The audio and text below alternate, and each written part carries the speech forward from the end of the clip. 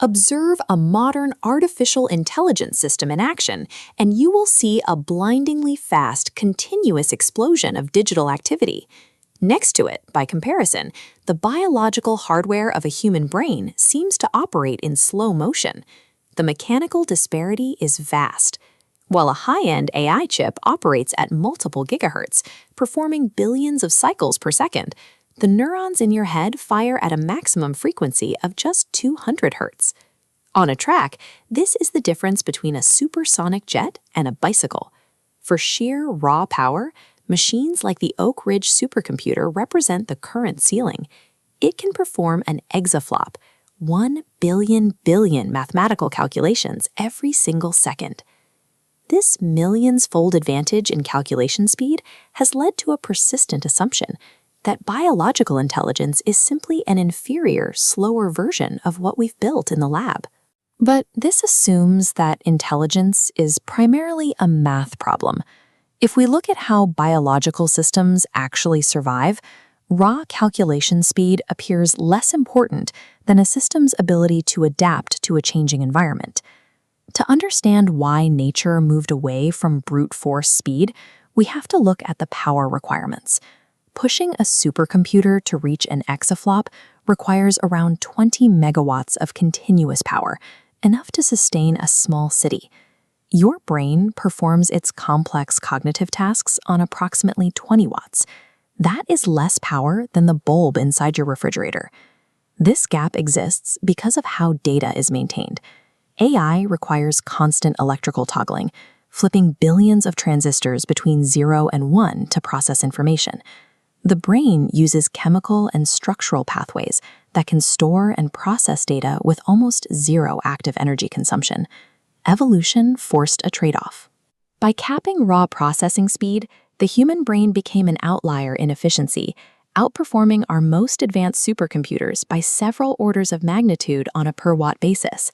The practical value of this biological design is most visible when the data becomes unpredictable, as shown in a recent comparative study on risk management. When researchers fed an AI massive, structured datasets, its performance was dominant.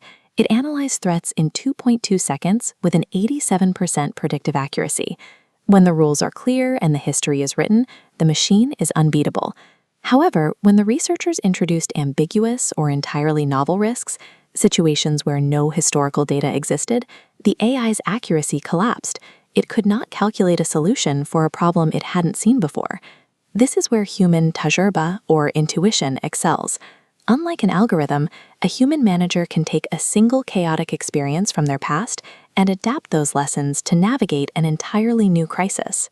The machine possesses the library, but the human possesses the context required to operate when the library is missing a page. This gap in filling the blanks extends into creativity. Researchers at the Université de Montréal recently conducted the largest study of its kind, testing leading AI models against 100,000 human participants. The study was guided by deep learning pioneers like Yoshua Bengio, the very people responsible for the technology powering systems like GPT-4. The data showed that AI has already reached average human creativity. In basic tasks like word association, models like GPT-4 can easily outperform the typical human score. But the researchers found a ceiling. The top 10% of highly creative humans still significantly outperform the best AI models in original storytelling and complex poetic imagery. AI systems are statistically bound by their training data. They are designed to find the most probable next step. Human imagination thrives on the improbable, the truly original leap of logic. The ultimate irony of modern technology is that the world's top engineers are no longer trying to build an AI that purely outcalculates the brain. They are trying to build one that mimics it. This is the era of neuromorphic computing, designing microchips that replicate the decentralized parallel architecture of biological neurons to capture that exact same 20-watt efficiency. A key concept is race logic.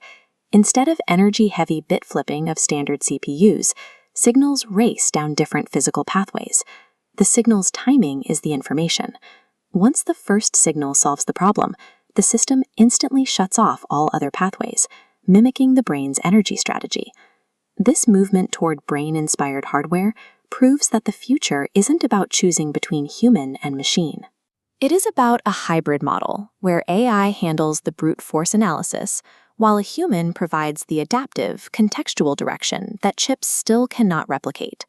Because AI excels at processing what is known, but humans excel at navigating what is new, the technology will not simply replace people. Instead, the person who integrates AI into their workflow will replace the one who ignores it.